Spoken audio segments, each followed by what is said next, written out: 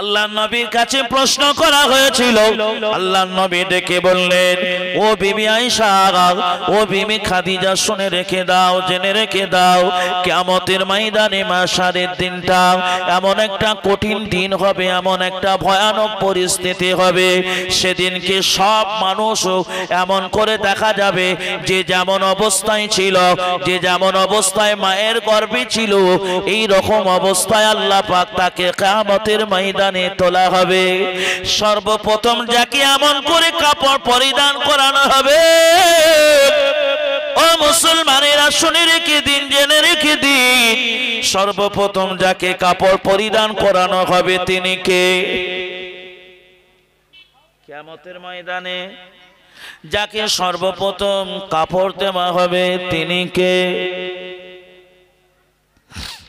আপনারা জানেন কি জানি না, আল্লাহ পাকের নবী হযরত ইব্রাহিম নবী আলাইহিস সালাতু ওয়াস সালাম নমরুদ যখন তাকে এমন করে অগ্নিকুণ্ডের ভিতরে নিক্ষেপ করলেন, আল্লাহ নবী হযরত ইব্রাহিম আলাইহিস সালাতু ওয়াস সালাম তার শরীর থেকে কাপড়গুলো খুলে নেওয়া হয়েছিল। ইব্রাহিম নবী আমার আল্লাহকে ডেকে বললেন, রব্বুল আলামিন আল্লাহ পাক, ও রব্বুল আলামিন আল্লাহ, আমার দেহ মোবারক থেকে কাপড়টা টেনে নামিয়ে নিল। আমার আল্লাহ ডেকে সেই দিন ওয়াদা করেছিল, ইব্রাহিম কিয়ামতের ময়দানে মাশারের দিনে আমি আল্লাহ পাক সর্বপ্রথম আমি তোমাকে কাপড় পরিধান করাবো।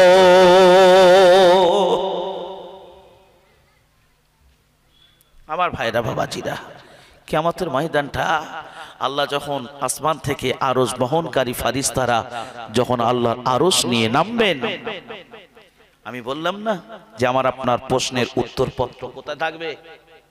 কোথায়? গলায় গলায় গলায় লটকে দেওয়া হবে, গলায় লটকে দেওয়া হবে। ও ভাইরা বাবাজিরা, এই 70-80 বছরের জিন্দেগিতে আপনি যা যা করেছেন সবটাই আপনার গলায় লিপিবদ্ধ করা থাকবে। আপনাকে আমাকে নিয়ে যে ফারিস্তাকে আমার আল্লাহ পাক আমার আপনার জন্য নির্বাচিত করেছে, নির্দিষ্ট করেছে, এই ফারিস্তা আপনাকে আমাকে নিয়ে আমার আল্লাহ পাকের দরবারে যাবেন।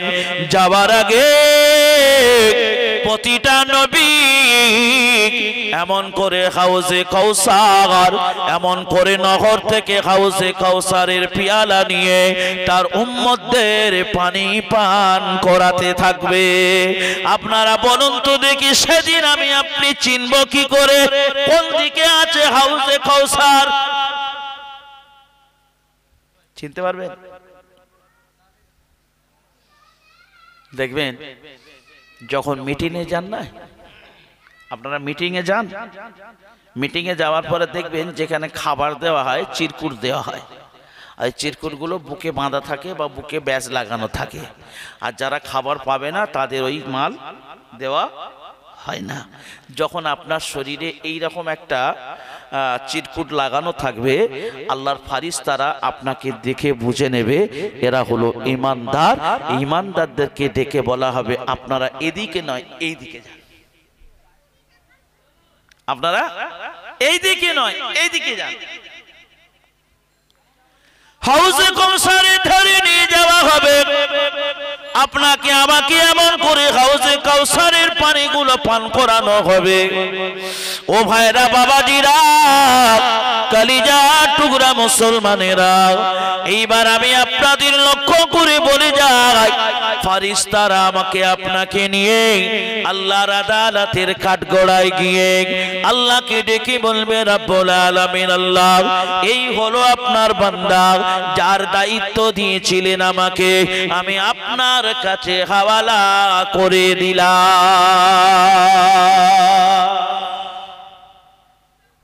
একা ছেড়ে দেবে? একা ছাড়বে না। আল্লাহর দরবারে আমাকে আপনাকে পৌঁছে দেয়া হবে। আপনার আমার নামে আমলটা নেবেন। আল্লাহ ডেকে বলবেন, কাফা বিনাফসিকা আল-ইয়াওমা আলাইকা হাসিবা, আজকের দিনে বান্দা তুমি তোমার আমলটা পড়ো, তোমার প্রশ্নের উত্তর পত্রটা তুমি পড়ো। বান্দা সেদিন আল্লাহর সামনে দাঁড়িয়ে নিজের উত্তর পত্রটা পড়বেন। এই উত্তর পত্রটা পড়ার পরে আল্লাহ পাক তার শরীর থেকে ওই উত্তর পত্রটা এমন করে খুলে নামিয়ে দেওয়া হবে। খুলে নামিয়ে দেওয়ার পরে ওই কিয়ামতের ময়দানটা 50,000 বছরের সমান একটা দিন হবে। এই দিনের ভিতরে আমার আল্লাহ পাক বিচারের ফয়সালা দেবেন। ওই প্রত্যেকটা ব্যক্তির গলা থেকে প্রশ্নপত্রগুলো খুলে নেওয়া হবে, উত্তরপত্রগুলো খুলে নেওয়া হবে। খুলে নেওয়ার পরে আসমানের দিকে লক্ষ্য করে তাকিয়ে দেখতে পাওয়া যাবে প্রতিটা ব্যক্তির শরীরের আমলনামাগুলো আল্লাহর আসমানে উঠতে থাকে। কোথায় উঠবে? আসমানে উঠবে, শুধু কাগজ আর কাগজ। আপনারা ভাববেন হয়তো এখানে তো গন্ডগোল হয়ে যেতে পারে, আবু জাহেলের মালটা যদি আমার চলে আসে, আবু লাহাবের কাগজটা যদি আমার দিকে চলে আসে। হ্যাঁ, আচ্ছা এরকম হবে সেদিন? জোরে বলুন। অন্য কারোর কাগজ অন্য কারোর কাছে পড়বে? পড়বে? পড়বে? কিয়ামতের ময়দানে মাশারের দিনেতে একের কাগজ অন্যের কাছে যাবে না, অন্যের কাগজ অন্যের কাছে যাবে না। ও ভাইরা বাবাজিরা, ওই দিন কি লক্ষ্য করে দেখা যাবে যারা জান্নাতি হবে তাদের কাগজগুলো ডান হাতের উপরে এসে পড়বে, যারা জাহান্নামী হবে তাদের কাগজগুলো তাদের ঘুরে ঘুরে পিছন দিকে বাম হাতের উপরে পড়বে। আমি আপনাদের বলি যাই, ওই কিয়ামতের ময়দানটা এমন একটা কঠিন দিন হবে, যারা এই পৃথিবীর জমিনে যারা এমন করে অন্যের সঙ্গে জুলুমবাজি করেছে, অন্যের সঙ্গে অন্যায় করেছে, এই অপরাধগুলো সব কিছু মাথায় করে নিয়ে কিয়ামতের ময়দানে তাকে ওঠা লাগবে। আমার ভাইরা বাবাজিরা, যদি আপনি সেদিন কি কিয়ামতের ময়দানে মাশারের দিনেতে যদি কোনো ব্যক্তি যদি এক বস্তা চাল চুরি করে, কি 50 বস্তা চাল চুরি করে, আপনারা প্রশ্ন করতে পারেন যে একটা লোকের মাথায় 50 বস্তা চাল কি করে যাবে? এই প্রশ্ন হয় না? হয় না? একটা লোক 100 বস্তা চাল চুরি করলো, তাই 100 বস্তা চাল যদি একজন চুরি করে, তা ওই লোকটা 100 বস্তা চাল কি করে মাথায় নিয়ে উঠবে? হ্যাঁ, প্রশ্ন হয় না? হয় না? এগুলো মনে হয় তো আপনাদের ভাবা হয়তো কোনোদিন হয়নি, এইরকম করে কোনোদিন ভেবেছেন বলে আমার মনে হয় না। কিয়ামতের ময়দানে মাহশারের দিনে জাহান্নামীদের এক একটা দাঁত হবে উহুদ পাহাড়ের সমান। আর সমান?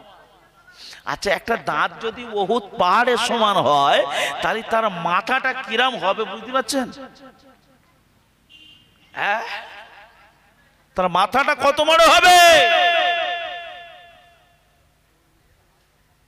কিয়ামতের ময়দানে মাহশারের দিনে আল্লাহর বান্দারা আমার আল্লাহর কাছে নেতা নেত্রী সবাইকে ডেকে হেঁকে ডেকে নিয়ে আল্লাহর কাছে যাবে, না বান্দা একা একা আল্লাহর কাছে যাবে?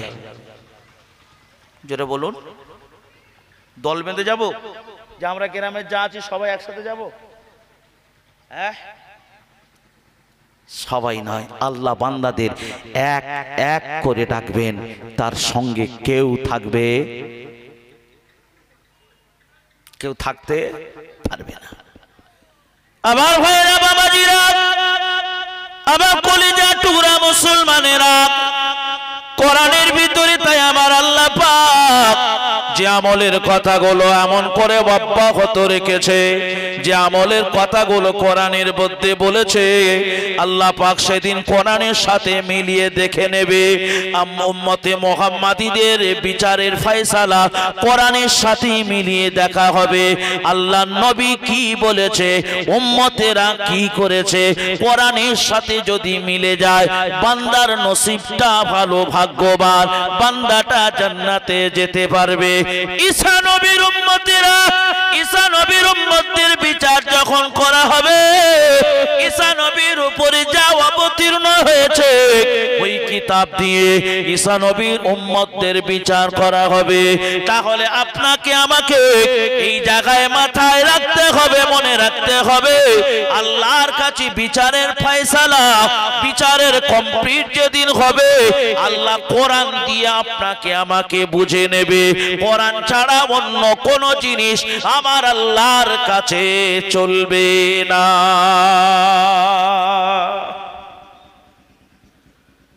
আচ্ছা, কোরআনে নামাজ পড়ার কথা বলা আছে, আছে রোজা রাখার কথা। আমার কথা বলছেন, বুঝছেন না বোঝেননি? আল্লাহ কোরআনের ভিতরে ডেকে বললেন, ইল্লাল্লাযীনা আমানু ওয়া আমিলুস সালিহাত, বান্দা পৃথিবীর জমিনে তোমরা ভালো আমল করো।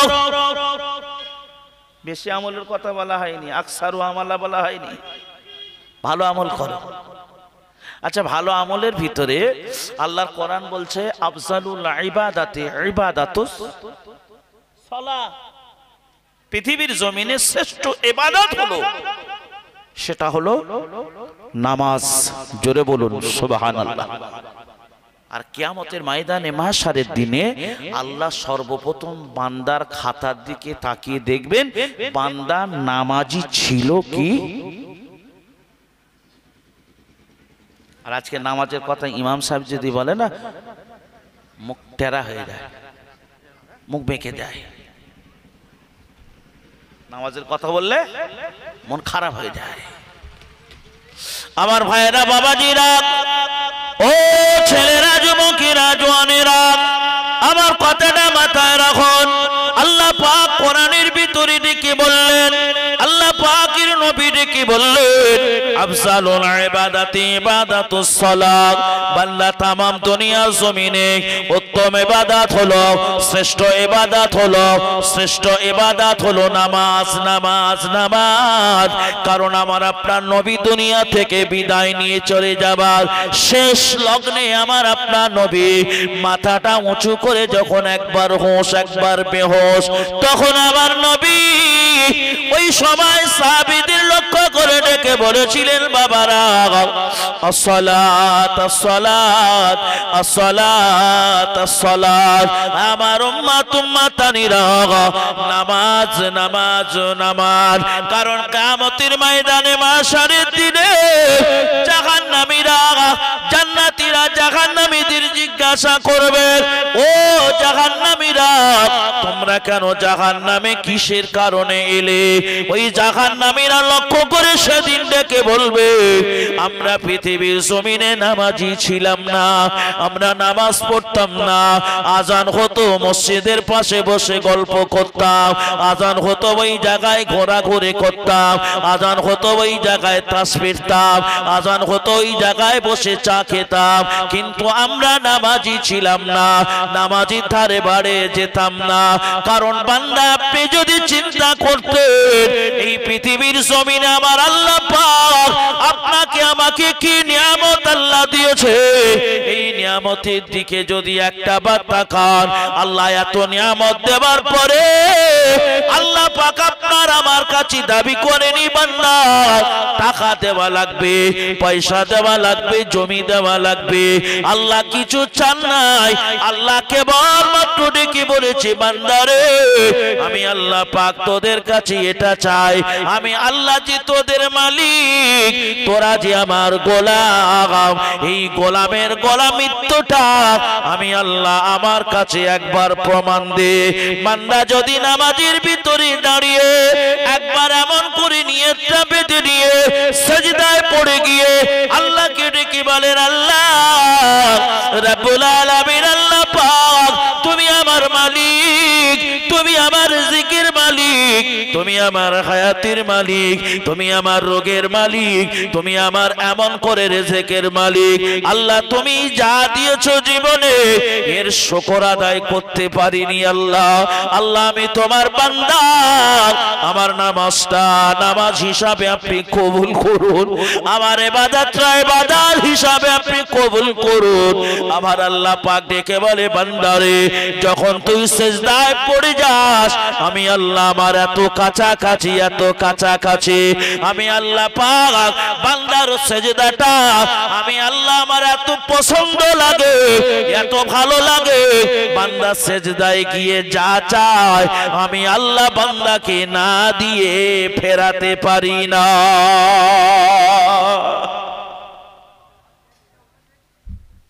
আচ্ছা বলুন, আল্লাহ এত গাড়ি বাড়ি ধন সম্পদ এত কিছু দেশে, একবার দুরাখান নামাজ পড়ে বলেছি আল্লাহ জীবনে তুমি যা দেছো এর শুকরিয়া আদায় করে মরণ পর্যন্ত শুকরিয়া আদায় করলে শেষ করতে পারবো না। আল্লাহ যতটুকু আদায় করতে পেরেছি, যা করতে পারিনি আল্লাহ তুমি আমার জন্য মাফ করে দাও, আমাকে ক্ষমা করে দাও।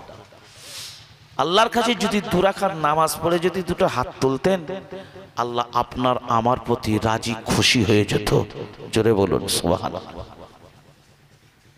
বাবু আমার আপনার জন্য কিয়ামত একটা কঠিন দিন অপেক্ষা করছে, আমি সেই কথাটাকে আপনাদের দিমাগে মগজে মেমোরিতে লোড করে দেওয়ার জন্য এতক্ষণ যা বলেছি মরণ থেকে নিয়ে দুনিয়ার জিন্দেগিটা পরীক্ষার হল, এই পরীক্ষার হল আল্লাহ শেষ করে দেবে ইসরাফিলের দ্বারায়।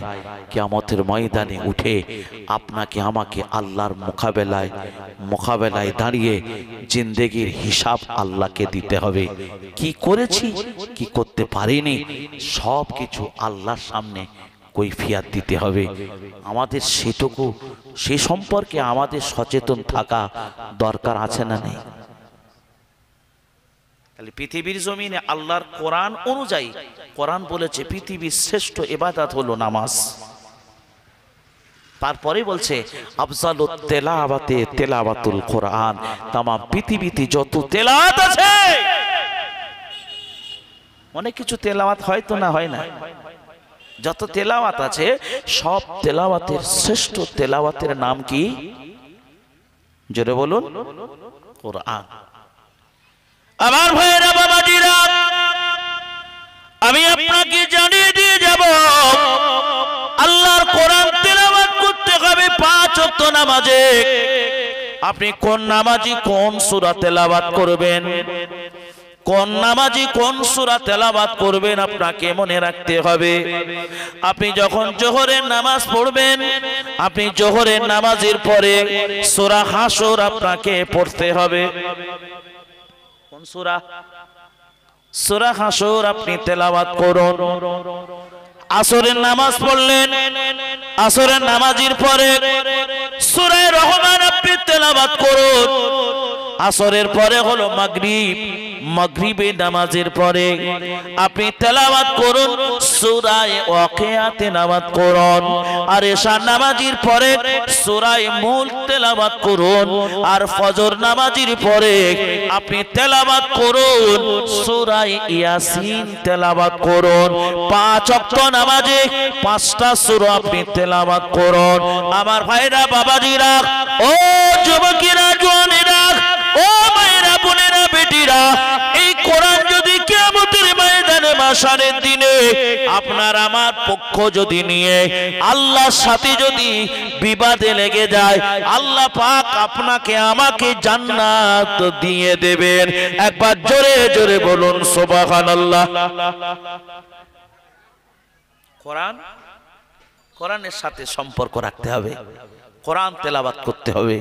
আপনি রাতের বেলায় বিছানায় সবার আগে সূরা মুলক তেলাওয়াত করুন, কারণ আপনার মরণের আগে মৃত্যুর যে কঠিন কষ্ট যন্ত্রণা, এই মৃত্যুর কঠিন কষ্ট যন্ত্রণা থেকে আপনাকে বাঁচার জন্য শুধু তাই নয়, কবরের আযাব থেকে আল্লাহ নিষ্কৃতি যদি দিতে হয়, যদি এই সূরাটা যদি আপনি প্রত্যনিয়ত যদি পড়েন, আমার আল্লাহ পাকের নবী বললেন ওই ব্যক্তির কবরের সমস্ত রকম আযাব আল্লাহ মাফ করে দেন। জোরে বলুন সুবহানাল্লাহ। আমার ভাইরা বাবাজিরা, আবার দোস্তরা বন্ধুরা আল্লাহ পাকের নবী আরো বললেন আফজালুজ যিকরি যিকরি লা ইলাহা ইল্লাল্লাহ। বুখারী শরীফের ভিতরে লক্ষ্য করে পাওয়া যায় পৃথিবীর জমিনে শ্রেষ্ঠ এমন করে তেলাওয়াত, এমন করে জিকির সুবহানাল্লাহ, আলহামদুলিল্লাহ, আল্লাহু আকবার, লা ইলাহা ইল্লাল্লাহ, আল্লাহু আকবার। আপনি এমন করে বেশি বেশি করে আপনি তেলাওয়াত করুন, বেশি বেশি করে তেলাওয়াত করুন। 100 বার করে আপনি তেলাওয়াত করলে 1000 নেকি আমার আল্লাহ আপনার আমায় নামায় আমলে আল্লাহ লিপিবদ্ধ করবেন। একবার জোরে জোরে বলুন সুবহানাল্লাহ। আমার ভাইরা বাবাজিরা, আমার সমাজের দিকে লক্ষ্য করলে দেখতে পাই এশার নামাজ আর ফজরের নামাজ, মাগরিবের নামাজ আর ফজরের নামাজ, এশার নামাজ আর ফজরের নামাজ যারা জামাতের শহীদেরা তারা পড়বে। এশারের নামাজ এবং ফজরের নামাজ জামাতের শহীদ যারা নামাজটা পড়বে, আল্লাহ নবী বললেন এই ব্যক্তিরা রাতের বেলা ঘুমিয়ে থাকার পরেও আল্লাহ পাক তাদের নামায় আমলে তাহাজ্জুদ পড়লে যত নেকি হয় এতটাই নেকি আল্লাহ পাক তাহাজ্জুদ পড়ার নেকিটা আল্লাহ তাদের নামায় আমলে লিখে দেবেন। একবার জোরে বলুন সুবহানাল্লাহ। এই দুটো নামাজে কিন্তু নামাজিকে খুঁজে পাওয়া যায় না। আপনারা জানেন কি জানি না, ফারিস্তাদের ডিউটি চেঞ্জ হয়। একই নামাজ দুবার করে এক খাতায় ওঠে। কি বললাম? এক নামাজ দুবার এক খাতায় তোলা হয়। সেটা কোন নামাজ? মনে রাখুন।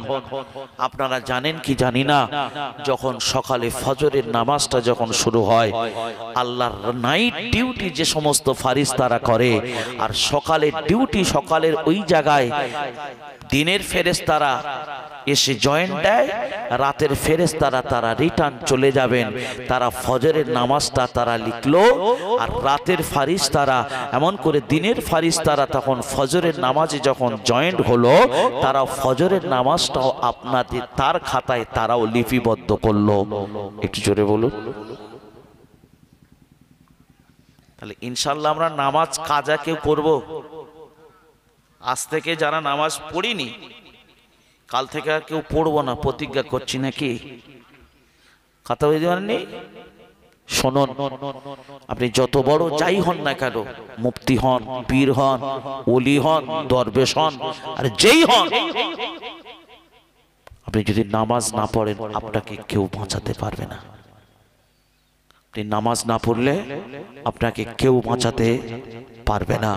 আজকে বর্তমান পরিস্থিতিতে আমরা টাকার নেশায় এত পড়েছি, টাকার নেশায় আমাদের নেশা মাথা আমাদের হ্যাং হয়ে যাচ্ছে। বক্তাদের এক শ্রেণীর বক্তাদের নামাজ কোন দিক দিয়ে কখন চলে যাচ্ছে পথের পর বিছাই দেয়। আল্লাহ বলেন ও যে বিরাই এদেরই তুমি করো না। উম্মে জামিল বিছায় কাটা, উম্মে জামিল বিছায় কাটা, তুমি বিছাও দুই ডানা। আল্লাহুম্মা সাল্লি আলা সাইয়্যিদিনা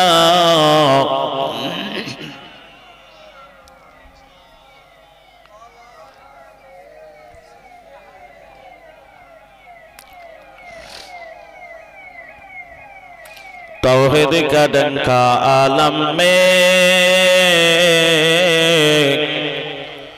बजवा दिया कमली वाले ने। पी पी के प्याले कौसर के लौटेंगे मजाजी फर फर के। इन्ना आतैना कल कौसर फरमा दिया कमली वाली ने पढ़ी ला इलाहा इल्लल्लाह जोरे जोरे ला इलाहा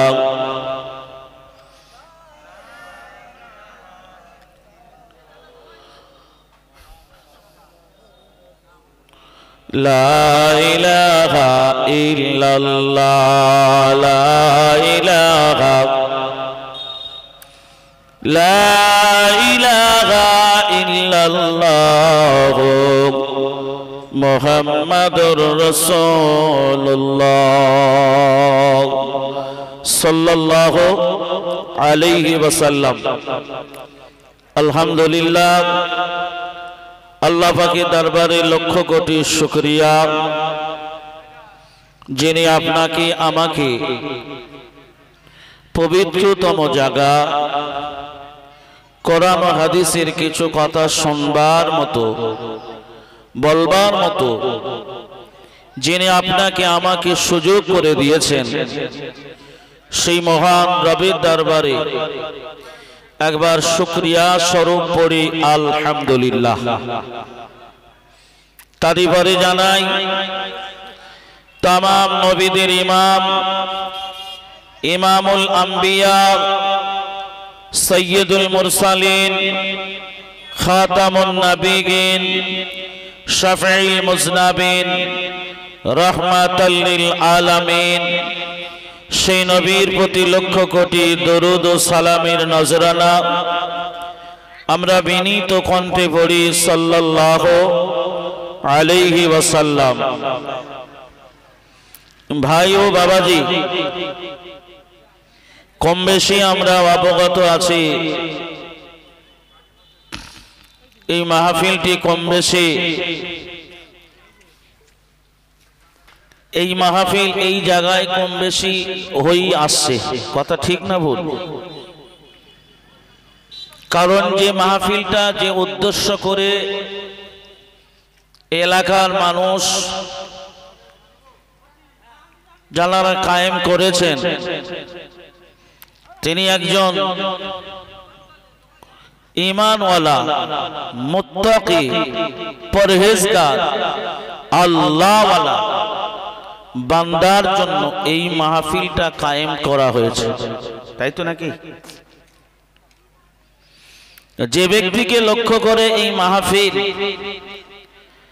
তিনি উপস্থিত দুনিয়ার জমিনে জীবিত না মৃত?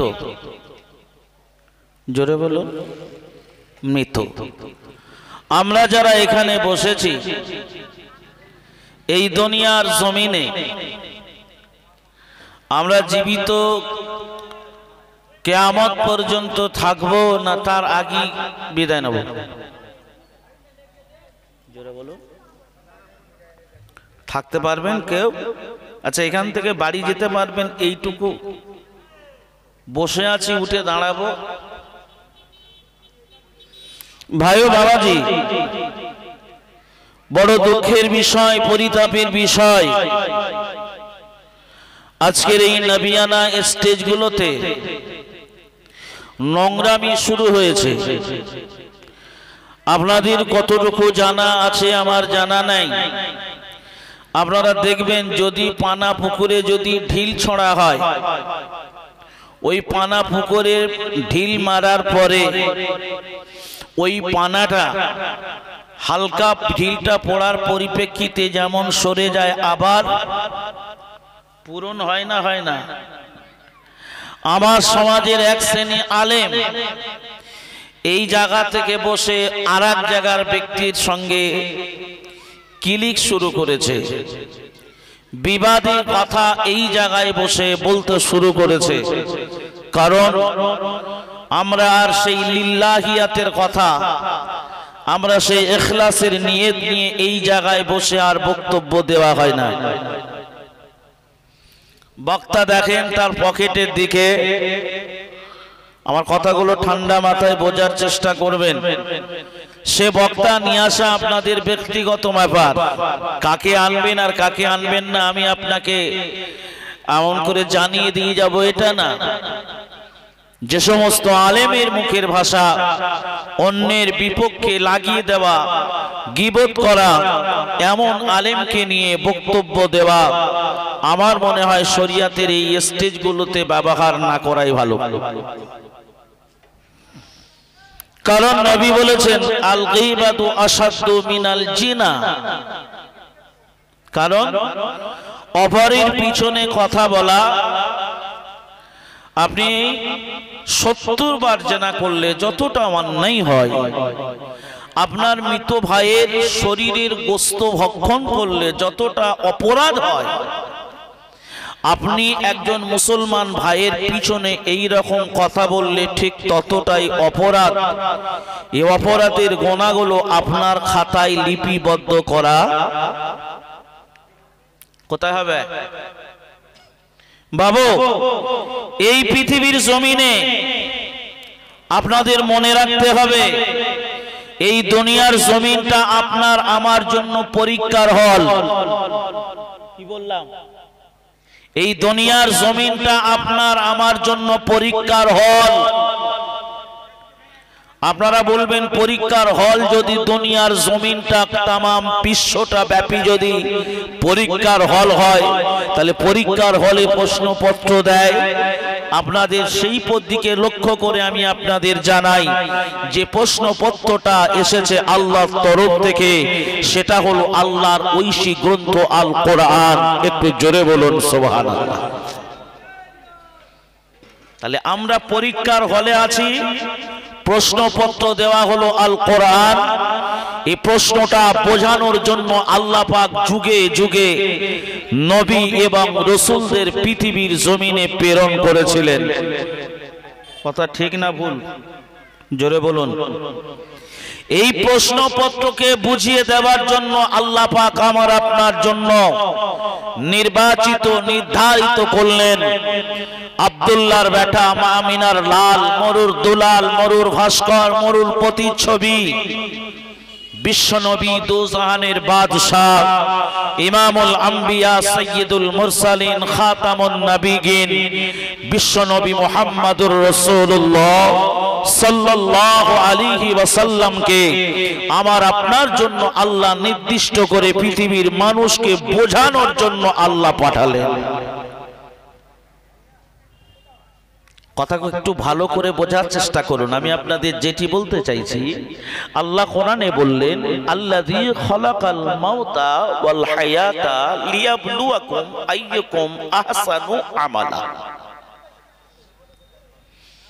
আল্লাহ কোরআনের ভিতরে বললেন আল্লাযী খালাকাল মাউতা, আমি আল্লাহ তোমাদের মরণ সৃষ্টি করেছি। অপর দিকে আল্লাহ বললেন আমি তোমাদের হায়াত আমি আল্লাহ তৈরি করেছি। এখানে আপনাকে আমাকে বুঝতে হবে আল্লাহ কোরআনে আগে মরার কথা কেন বলল। আল্লাহ পৃথিবীর মানুষকে এটা বোঝাতে চাইছে, পৃথিবীর মানুষ তুমি যত বড় টাটা বিল্ডার হও, যত বড় গাড়িওয়ালা হও, বাড়িওয়ালা হও, ভুঁড়িওয়ালা হও, শুনে রাখো এই দুনিয়াটা তোমার জন্য চিরস্থায়ীর জন্য নয়।